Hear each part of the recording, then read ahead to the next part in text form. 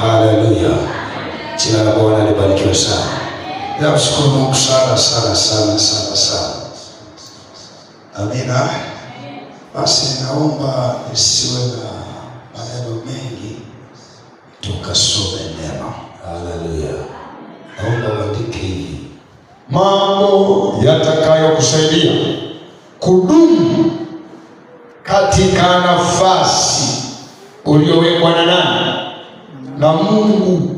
Unapotaka kudumu kwenye hiyo nafasi ambayo Bwana amekuweka kuwa mkurugenzi wa idara, amekuweka kuwa mwimbaji, amekuweka kuwa mpiga vyombo, amekuweka kwenye ofisi fulani, kwenye kampuni fulani, kwenye sekta fulani, kuna mahali Bwana amekuweka. Unataka kudumu hiyo nafasi, unataka kudumu hapo mahali, yako mambo ni lazima uyafanye. Kuna watu wanashindwa kudumu kwenye nafasi zao kwa sababu mambo ambayo wanatakiwa wayafanye hawayafanye. Hello? Unapotaka kudumu kwenye nafasi, jambo la kwanza, naomba niende kwa haraka. Jambo la kwanza, kuwa mnyenyekevu. Kuwa mnyenyekevu. Epuka kiburi. Kuwa mnyenyekevu. Epuka nini? Kiburi.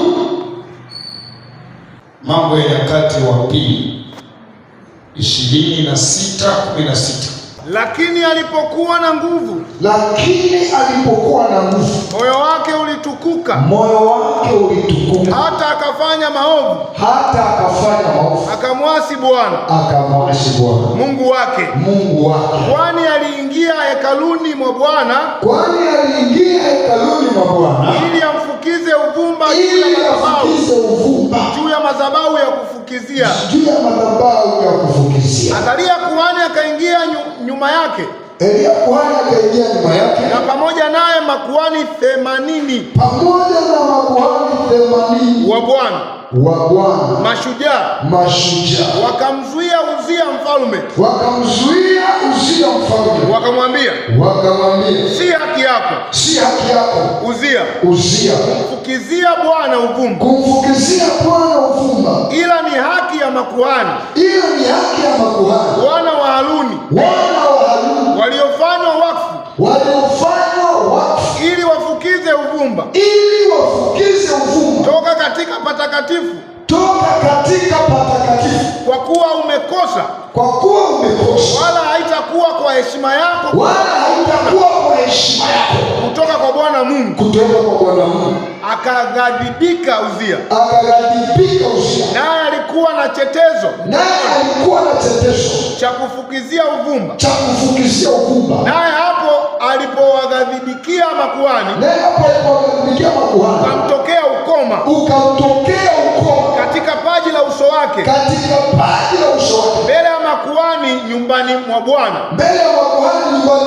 karibu na madhabahu ya kufukizia.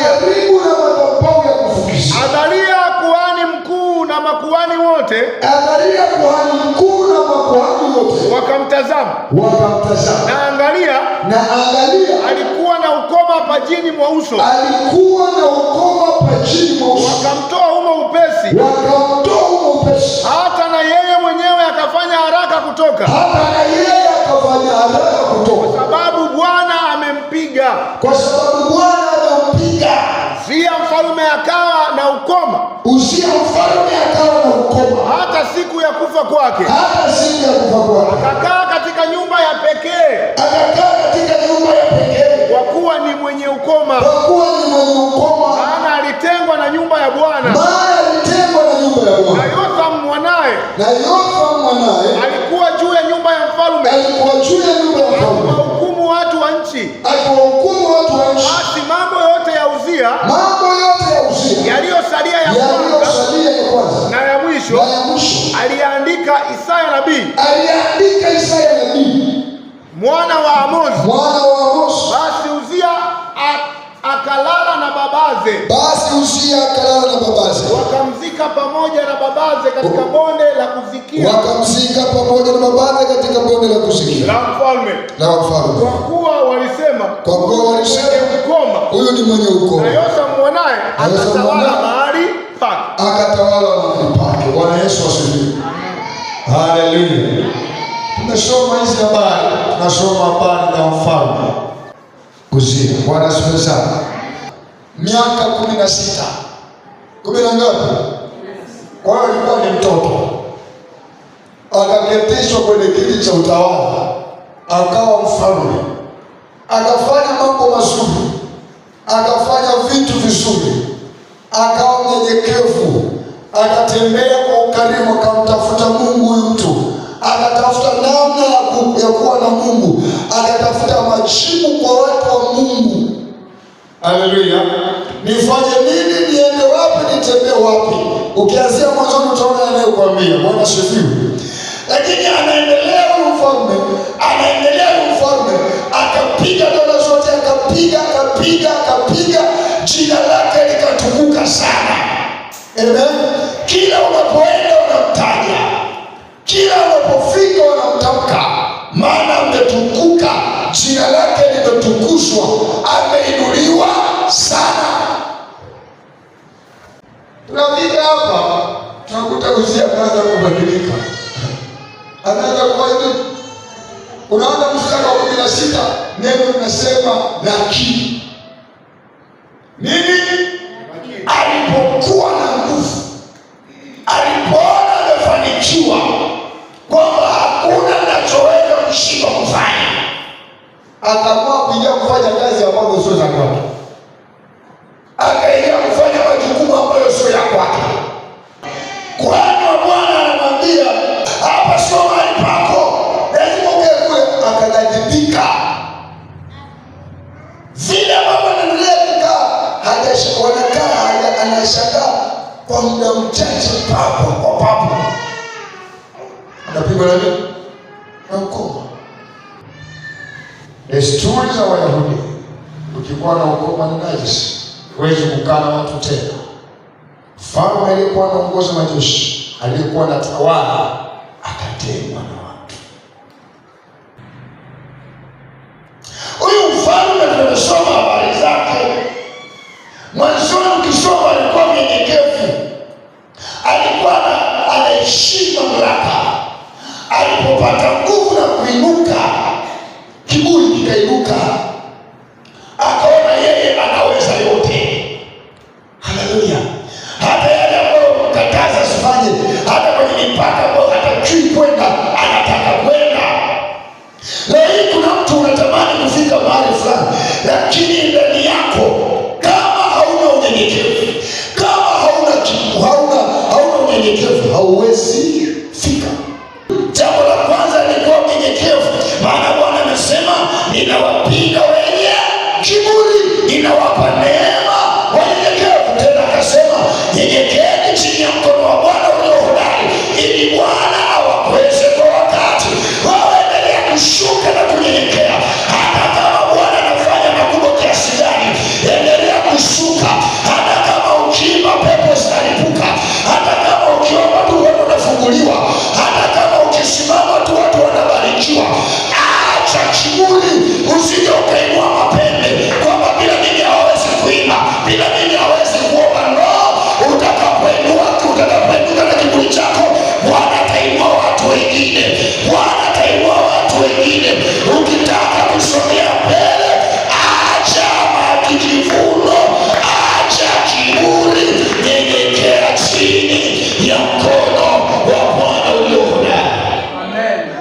Kuwa jambo la pili, heshimu viongozi wako. Heshimu viongozi wako. Amen. Huyu mtumishi wa Mungu, huyu mfalme hakuheshimu makuhani wa Bwana. Bwana asifiwe. Vijana, Bwana asifiwe. Amen. Wamama, Bwana asifiwe. Amen. Wababa, Bwana asifiwe. Amen. Haleluya. Heshimu. Yaani kijana, hata kama unaomba, ukianza kuomba unachanganyika unapata kwenye parafu na shuka chini. Yaani mpaka mengi wakikuona wanakimbia, bado shindio mzima. Hello. Bwana asifiwe. Hata kama unawasili kila kitu, heshimu. Akitamka tu neno kwako linakuwa. kiongozi amesimamishwa, amewekwa wakfu. Amen. Anamwambia mfalme, hawa wamewekwa wakfu, wana wa Haruni wamewekwa wakfu kwa kazi hiyo hiyo, waheshimu. Amen, waheshimu. Ukitambua tu hilo, yaani wakati mwingine unasema imekuwaje kwenye maisha yangu? Sio imekuwaje? Kwa niko sawa?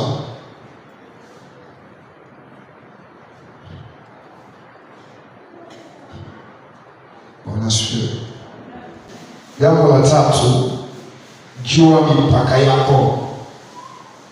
Jua mipaka yako, au tambua mipaka yako. Usiingilie sehemu ambayo sio yako. Bwana asifiwe. Jua mipaka yako. Mkurugenzi wa CS hawezi kwenda kuamrisha WWK, si kweli? Lazima utambue mipaka yako. Amen. Bwana asifiwe. Tukuja mkurugenzi wa CS amesimama hapa, amekazana mwenyewe, amesimama hapa, yupo anafundisha ndoa, utamwambia wewe tulia wewe. Baba yupo. Kwa kama baba yupo anafundisha ndoa, tutakushtaki. Bwana asifiwe. Wanataka kuwafundisha watu ndoa batili. Sije. Kusema mwenye liseni ni huyu. Mwenye namba liseni ni huyu. Serikali ya Jamhuri ya Muungano wa Tanzania inamtambua huyu.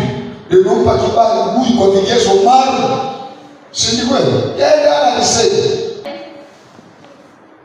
Umeelewa? Kama ndio hapo nipokee mkono hivi. Bwana asifiwe sana.